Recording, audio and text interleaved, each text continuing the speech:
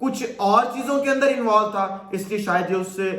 Parade کے اندر جو ہے وہ شرکت نہ کر سکا، کمپیئرنگ وہاں پہ نہیں کر سکا۔ اب ایک ایسا شخص آپ نے اپنے قومی ادارے میں بٹھایا ہے، سب سے پہلا آپ کا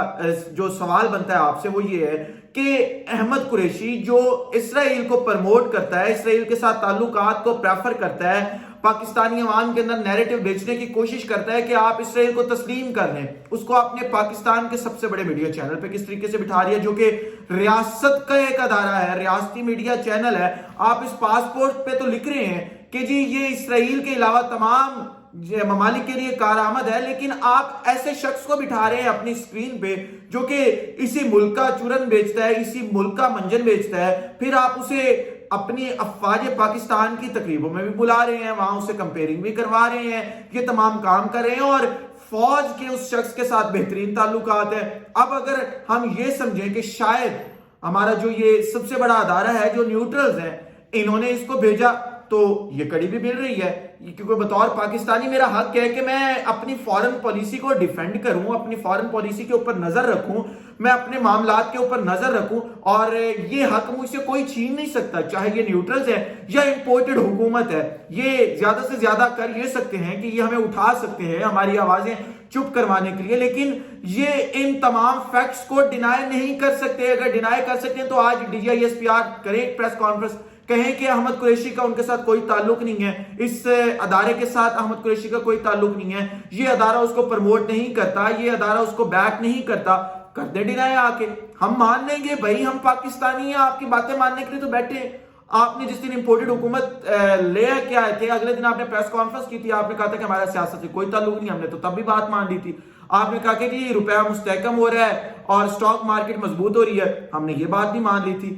تو بھائی ہم تو باتیں ماننے کے لیے بیٹھے ہیں، لیکن آپ ڈینائی تو کریں نا آ کے اس بات کو، آپ اپنے اندر اسپرٹ رکھیں۔ اگر آپ کوئی کام ویسے بھی کرنا چاہ رہے ہیں، اگر آپ اسرائیل کے بارے میں آپ کی پالیسی اب نرم ہو چکی ہے، آپ یہ چاہتے ہیں کہ آپ کے اسرائیل کے ساتھ معاملات پاکستان کے ٹھیک ہو، تو آپ کھل کے آئیں، پریس کانفرنس کریں DGISPR، بلکہ آرمی چیف صاحب بھی پریس کانفرنس کریں، آ کے بتائیں کہ ہم اسرائیل کو تسلیم کرنا چاہتے ہیں۔ شہباز شریف اگر ان وفود کو بھیج رہا ہے، وہ وفد جانے سے پہلے مریم نواز شریف سے بھی ملاقات کر رہا ہے، پروفیسر احسن اقبال سے بھی ملاقات کر رہا ہے، اور اتنی ڈٹھائی ہے پروفیسر احسن اقبال صاحب آپ میں، تصاویر وائرل ہو چکی ہیں، وہی عورت جو اس وفد کے اندر 2 عورتیں احمد قریشی کے ساتھ گئی تھیں، وہ آپ سے جانے سے پہلے ملاقاتیں کر رہی ہیں، مریم نواز سے ملاقاتیں کر رہی ہیں، اور آپ اپنے ٹویٹر کے اوپر آ کے ڈینائی کر رہے ہیں کہ جی ہم اپنے فلسطینی بھائیوں کے ساتھ ہیں۔ بھائی فلسطینی بھائیوں کے ساتھ کہاں ہیں؟ یہ تو پھر مجھے وہ شعر یاد آتا ہے کہ عشق قاتل سے بھی مقتول سے ہمدردی بھی۔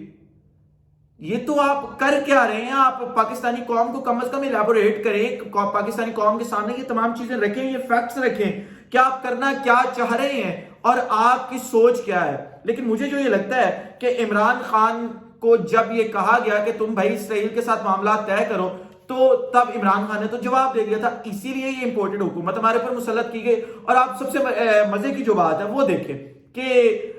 ہماری جو مذہبی جماعتیں ہیں جو کہ چھوٹے سے میٹر کے اوپر نکل کے باہر سڑکوں پہ ہوتی ہیں، آج وہ سعد رضوی کہاں ہے؟ میں سوال کرتا ہوں سعد رضوی سے، کہاں ہو تم؟ کون سی بل میں چھپ کے بھائی بیٹھے ہو؟ باہر نکلو، احتجاج کرو اس امپورٹڈ حکومت کے خلاف، یا ابھی تمہارے آقا جو ہیں انہوں نے تمہیں اشارہ نہیں دیا گھر سے باہر نکلنے کا؟ تم تو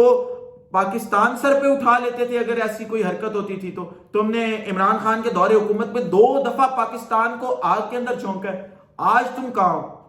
یہ ویڈیو شاید تھوڑی سخت ہو رہی ہو، لیکن بطور پاکستانی میرے جذبات اس بات سے،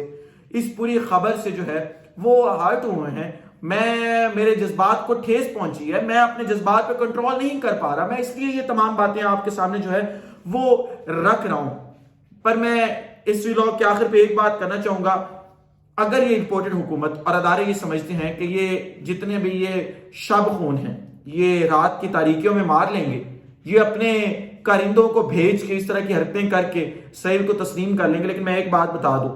یہ قوم اب چپ کرنے والی نہیں ہے۔ اگر آپ اس طریقے کا کوئی بھی کام کریں گے یہ قوم سڑکوں پہ ہوگی، یہ اب سڑکوں سے آگے بھی آ سکتی ہے، آپ کو یہ چیز یاد رکھنی ہوگی۔